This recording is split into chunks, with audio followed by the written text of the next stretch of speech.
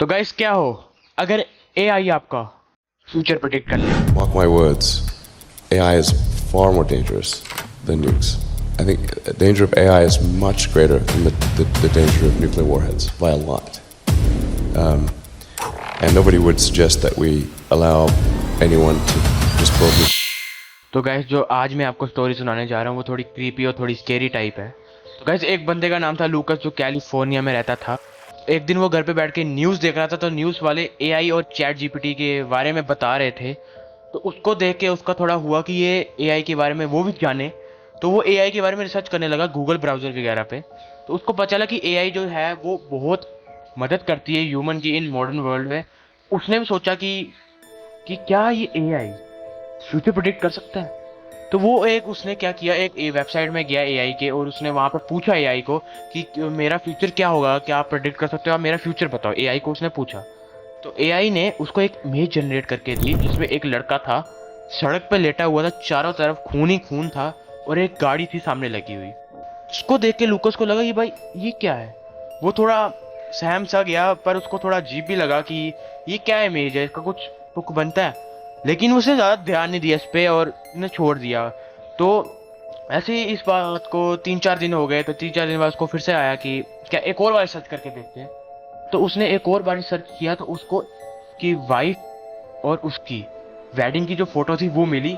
बेशक का पूरा लुक वही था, पूरा एआई जनरेटेड, और साथ में उसकी वाइफ जो थी इसमें उसने ऑरेंज ड्रेस पहनी थी। उसको देख के वो थोड़ा सा डर गया कि ये कैसे हो सकता है। असली में भी जब उनकी वेडिंग हुई थी तो उसकी वाइफ ने ऑरेंज ड्रेस ही पहनी थी। तो वो थोड़ा सा डर गया, थोड़ा उसको लगा कि ये कैसे हो सकता है, ये इतना एक्यूरेट जनरेट एक्यूरेट कैसे मतलब एआई कर सकता है। तो फिर उसको याद आया कि मैंने तो बहुत सारी अपनी फोटो इंटरनेट पे लगाई हुई हैं, तो क्या पता इसने वहां से फोटो निकाल के एआई जनरेटेड बना दी। तो उसने यही अपने आप को थ्योरी दी और उसने थोड़ा मामला शांत कर दिया और वो चल गया। तो उसी के थोड़े 2 हफ्ते बाद वो एक दिन गार्डन में बैठा था अपनी वाइफ के साथ। तो उसका जो बेटा था वो फुटबॉल खेल रहा था और उसकी बॉल जो रोड पे जाती है, और जो उसका बेटा है वो रोड पे बॉल लेने जैसे ही जा रहा था तो उसका पीछे से एक गाड़ी थी।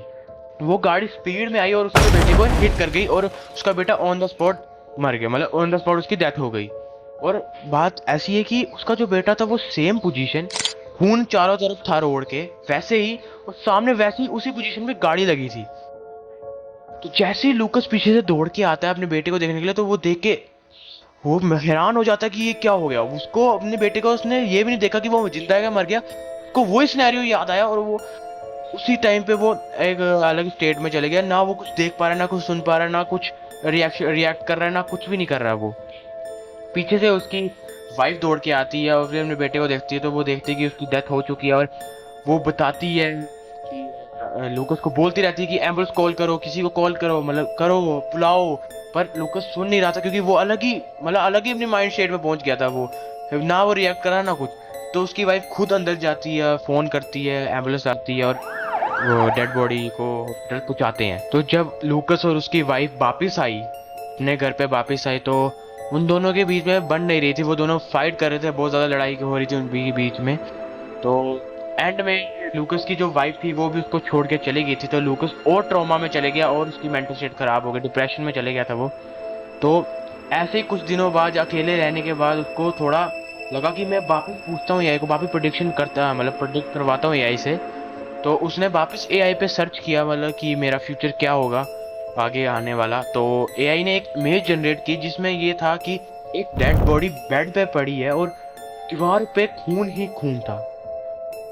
जो खून ही खून था दीवार पे, तो उसको देख के वो उसको और मतलब कि लगा कि मौत एग्जैक्ट ऐसी ही होगी।